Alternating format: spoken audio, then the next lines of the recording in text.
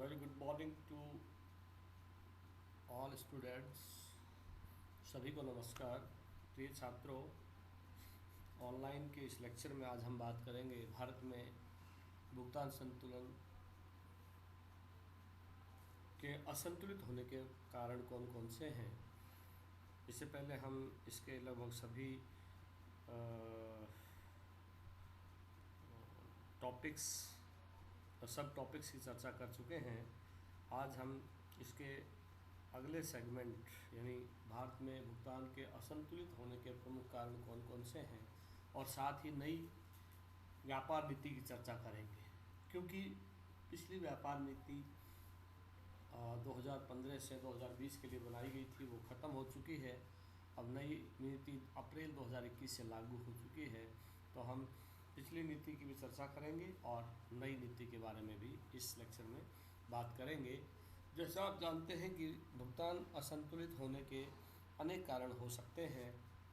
पहले भी चर्चा हो चुकी है कि भुगतान असंतुलित होना किसी भी देश की अर्थव्यवस्था के लिए किसी भी रूप में हितकर नहीं है और हर सरकार का प्रयास होता है कि उसके यहाँ भुगतान संतुलित रहे, असंतुलित ना रहे, क्योंकि यह असंतुलित यदि रहता है तो उससे देश के आर्थिक विकास पर असर पड़ता है। यहाँ हम कुछ 4 कारण की चर्चा हम करेंगे कि भुगतान असंतुलित क्यों रहता है। पहला है आर्थिक विकास कार्यक्रम। आर्थिक विकास हेतु अर्ध विकसित राष्ट्रों को बड़ी मात्रा में पूंजी का आयात करना पड़ता है तथा विदेशी विशेषज्ञों की सेवाएं भी प्राप्त करनी पड़ती हैं, जिसके फलस्वरूप इन देशों के आयातों में अत्यधिक वृद्धि हो जाती है। फलस्वरूप भुगतान असंतुलित हो जाता है, प्रतिकूल हो जाता है। मैं समझता हूँ कि शायद आप लोगों को ये चीज़ क्लियर हो गई होगी कि किसी भी विकासशील राष्ट्र के लिए, क्योंकि भारत भी एक विकासशील राष्ट्र है और हमें अपने विकास के लिए विदेशों से पूंजीगत सामान एवं पूंजी का भी आयात करना पड़ता है और उसके लिए हमें विशेषज्ञों की सेवाओं की आवश्यकता भी पड़ती है। तो बड़े मात्रा में पूंजी और तकनीकी के आयात के चलते हमारे भुगतान असंतुलित हो जाते हैं, जिससे भुगतान करने में सरकार को परेशानी आती है और इससे व्यापार घाटा बढ़ता है। भुगतान असंतुलित हो जाते हैं, फलस्वरूप देश के आर्थिक विकास पर भी इसका असर पड़ता है। दूसरा कारण है निर्यात मांग में परिवर्तन।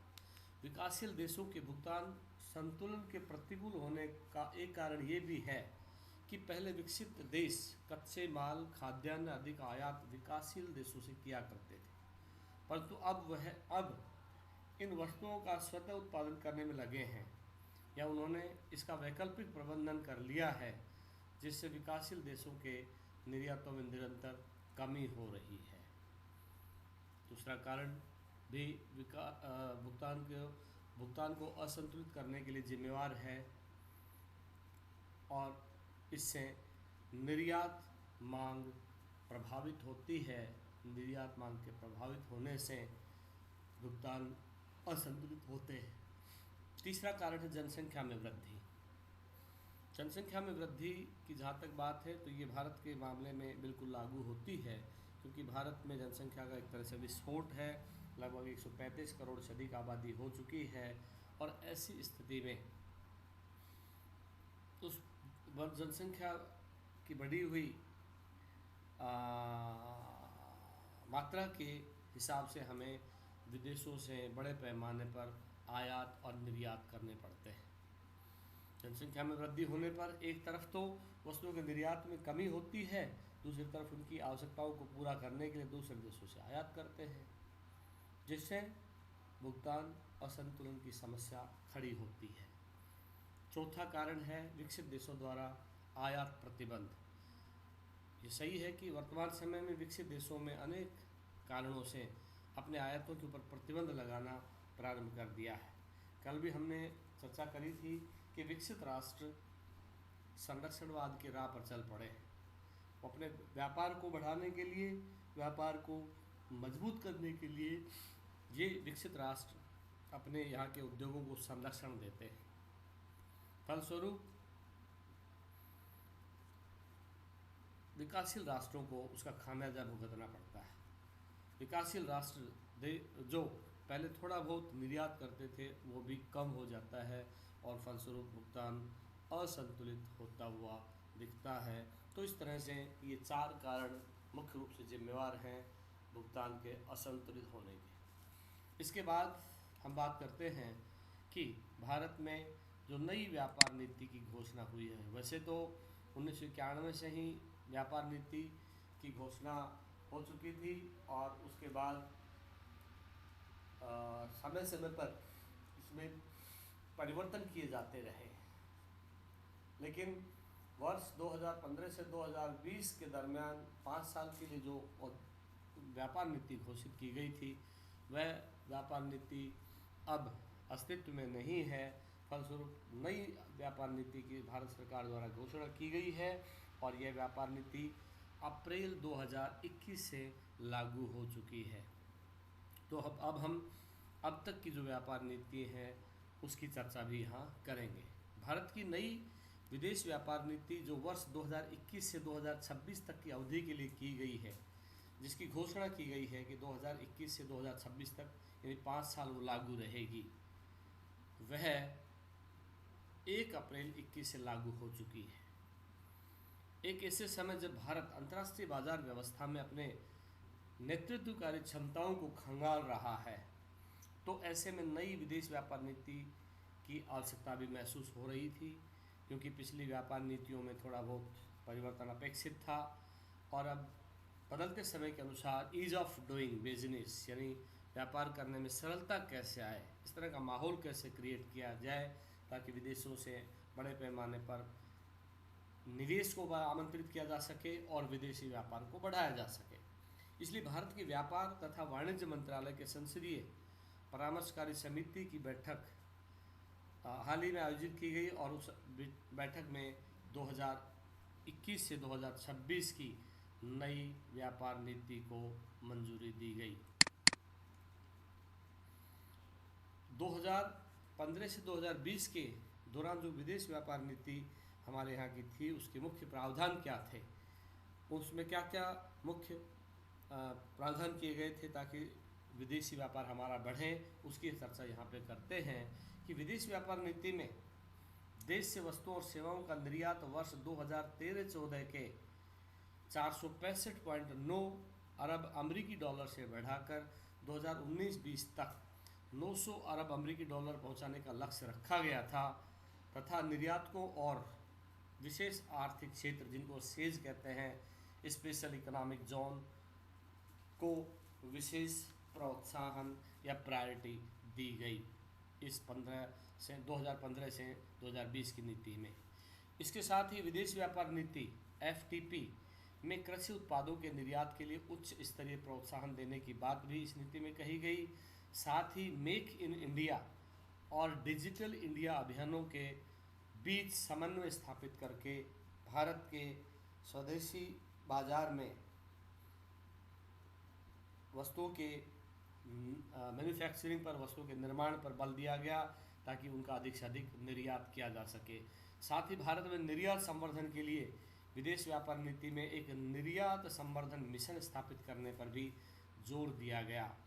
इस नीति में कहा गया कि राज्य सरकारों के साथ मिलकर के समन्वय के साथ काम किया जाए ताकि व्यापार को बढ़ाया जा सके, विदेशी व्यापार को ऊंचाइयां दी जा सके। विदेश व्यापार नीति में यानी 2015 से 2020 के बीच जो व्यापार नीति घोषित की गई, उस नीति में विभिन्न केंद्र सरकार के विभागों में निर्यात और आयात के प्राधिकृत बिंदुओं पर वरिष्ठ अधिकारियों को तैनात करने का भी प्रावधान किया गया ताकि उनकी देखरेख में कोई व्यापार में अड़चन आए तो उसको तुरंत दूर किया जा सके। साथ ही इस नीति में की वार्षिक समीक्षा के बजाय अब पंचवर्षीय नई विदेश व्यापार नीति की 2.5 साल में समीक्षा करने का प्रावधान किया गया। इससे पहले इसकी समीक्षा वार्षिक आधार पर की जाती थी।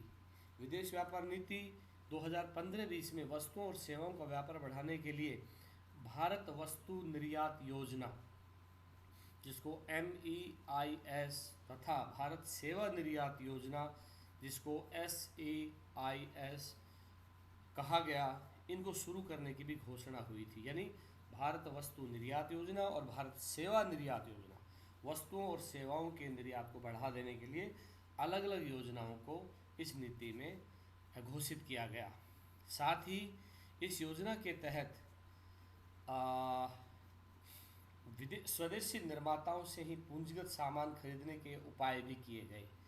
इसके लिए विशेष निर्यात प्रतिबद्धता को घटाकर सामान्य निर्यात प्रतिबद्धता के 75% के स्तर पर लाने की बात इसमें कही गई।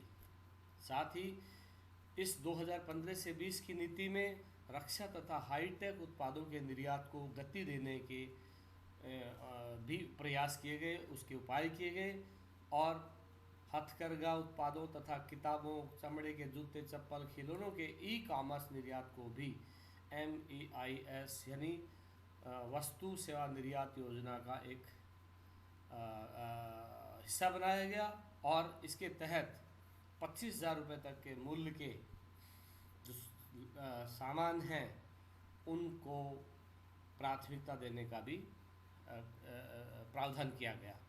विदेश व्यापार नीति में निर्यात संवर्धन पूंजीगत वस्तु योजना के तहत निर्यात की अनिवार्यता 90% से घटाकर अब 75% की गई, ताकि पूंजीगत वस्तु और घरेलू विनिर्माण को बढ़ावा मिल सके।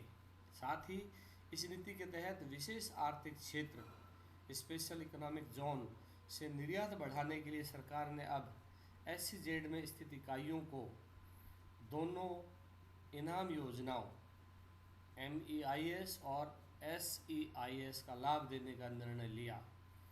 इस नीति में कहा गया कि इस तरह के निर्णय से देश में स्पेशल इकोनॉमिक जोन के विकास को और पंख लगेंगे। विदेश व्यापार नीति में भी व्यापार को सुगम बनाने, जैसा कहा गया, ईज ऑफ डूइंग बिजनेस लागू करने से न केवल कारोबार में वृद्धि होगी बल्कि निवेश को भी आमंत्रित करने में आसानी रहेगी। और इस तरह से इस 2015 से 20 के दरमियान जो विदेश व्यापार नीति लागू रही, उस योजना के उसके तहत अनेक ऐसे और निर्णय लिए गए जिससे देश में निर्यात संवर्धन और आयात प्रोत्साहन योजना के साथ साथ निवेश, जिसमें विशेष रूप से विदेशी निवेश को आकर्षित करने के साथ बुनियादी ढांचे को मजबूत करने पर भी जोर दिया गया। ये था 2015 से 2020 की नीति का मुख्य जो उसका प्रावधान, उसके मुख्य प्रावधान। अब हम बात करते हैं कि 2020 की विदेश व्यापार नीति में कुछ परिवर्तन किए गए। क्या क्या परिवर्तन हुए? केंद्रीय वाणिज्य और उद्योग मंत्रालय ने मार्च 2020 में विदेश व्यापार नीति में कुछ बदलावों की घोषणा की। क्यों करनी पड़ी? क्योंकि नोवल कोविड-19 महामारी के चलते अचानक पैदा हुए हालात को ध्यान में रखते हुए सरकार को घरेलू उद्योगों को प्रोत्साहन देने की योजना के तहत कुछ बदलाव किए। क्या बदलाव किए? पहला बदलाव ये हुआ कि वर्तमान FTP के तहत नीतिगत व्यवस्था को जारी रखते हुए इसकी वैधता को 31/3/2020 से बढ़ाकर 31/3/2021 तक किया गया, ताकि इससे निर्यातकों को हतोत्साह ना मिले, उनको प्रोत्साहन मिले, वो हतोत्साहित ना हो, उनका निर्यात प्रभावित ना हो। इसके अलावा हैंडबुक ऑफ प्रोसीजर्स की वैधता को विस्तार देने की बात भी कही गई। साथ ही निर्यात प्रोत्साहन योजनाओं और अन्य योजनाओं के अंतर्गत अभी तक उपलब्ध लाभ अन्य अगले 12 महीने तक के लिए भी जारी रहे, ऐसी घोषणा सरकार द्वारा की गई। इससे कम से कम उन निर्यातकों को जो बड़े पैमाने पर वस्तुओं का देश से निर्यात करते हैं, उनको जो निर्यात संवर्धन योजनाओं का फ़ायदा मिल सके। इसी प्रकार हैसियत धारक यानी स्टेटस होल्डर्स जो प्रमाण पत्रों की वैधता को भी विस्तार दिया गया। जैसा कहा गया कि कोविड महामारी के चलते अर्थव्यवस्था के सभी क्षेत्र बुरी तरह प्रभावित हुए और जो सरकार ने निर्यात बढ़ाने के लिए या विदेश व्यापार को बढ़ाने के लिए जो निर्यातकों एवं उत्पादकों को जो छूट दी थी, उन छूटों का दायरा 2020 के 31 मार्च से बढ़ा करके एक साल के लिए 2021 के 31 मार्च तक कर दिया। विशेष कृषि उत्पादों पर परिवहन विपणन सहायता उपलब्ध कराने की योजना को भी एक साल के लिए बढ़ा दिया गया। और इस तरह से कहा गया कि 1 फरवरी 2020 से 31 जुलाई 2020 के बीच जो विभिन्न प्रशुल्क और गैर प्रशुल्क जो बाधाएं, जिनका दायरा ख़त्म हो रहा था, जिनकी अवधि ख़त्म हो रही थी, उनको भी आगे बढ़ा दिया गया। यानी 1 फरवरी 2020 से 31 जुलाई 2020 के बीच एक्सपायर हो रहे विभिन्न शुल्क मुक्त आयात प्राधिकार के अंतर्गत आयात के लिए वैधता अवधि को एक्सपायरी की तारीख से अतिरिक्त अगले 6 महीने के लिए बढ़ाया गया। समझ गए होंगे, इसमें 6 महीने के लिए उनको बढ़ा दिया गया ताकि निर्यात हतोत्साहित ना हो, निर्यातों को प्रोत्साहित किया जा सके। साथ ही विभिन्न प्राधिकारों के अंतर्गत 1 फरवरी 2020 से 31 जुलाई 2020 के बीच जिस दिन भी निर्यात की अवधि समाप्त हो रही हो, उस तारीख से अतिरिक्त 6 महीने के लिए निर्यात बाध्यता अवधि को स्वतः ही विस्तार दिया जाएगा। इसके लिए किसी भी तरह का कोई कंपोजिशन शुल्क नहीं देना होगा। और इस तरह से इस नीति में ये कहा गया कि किस तरह से 2020 में जो कोविड शुरू हुआ, उसकी वजह से किसी भी तरह निर्यात प्रभावित नहीं हो, निर्यातकों को प्रोत्साहित किया जाए ताकि अधिक से अधिक निर्यात देश से किए जा सके। साथ ही विभिन्न शुल्क क्रेडिट स्क्रिप्ट्स MIS, SIS और ROSTCTL तथा अन्य प्राधिकारों के लिए आवेदन की तारीखें बढ़ा दी गई। कुल मिलाकर कहने का तात्पर्य यह है कि कोविड की अवधि के दौरान जो छूट की अवधि समाप्त हो रही थी, जिन निर्यातकों के लिए प्रोत्साहन पैकेज की घोषणा की गई थी, उनकी छूट यदि ख़त्म हो रही थी या कोई अन्य इस तरह की और छूट ख़त्म हो रही थी या फिर कोई अंतिम तारीख थी छूट देने की, उन सब को बढ़ा करके किसी को 1 साल और किसी को साल भर के लिए कर दिया गया। और इस तरह से ये नीति 2020 तक लागू रही, लेकिन इसमें कुछ परिवर्तन कोविड की वजह से किए गए। कहने का तात्पर्य ये है कि 2015 से 2020 की नीति की वजह से भारत अंतर्राष्ट्रीय व्यापार को बहुत तेज़ी से बढ़ा सका और इससे बड़े पैमाने पर देश को विदेशी मुद्रा की भी प्राप्ति हुई।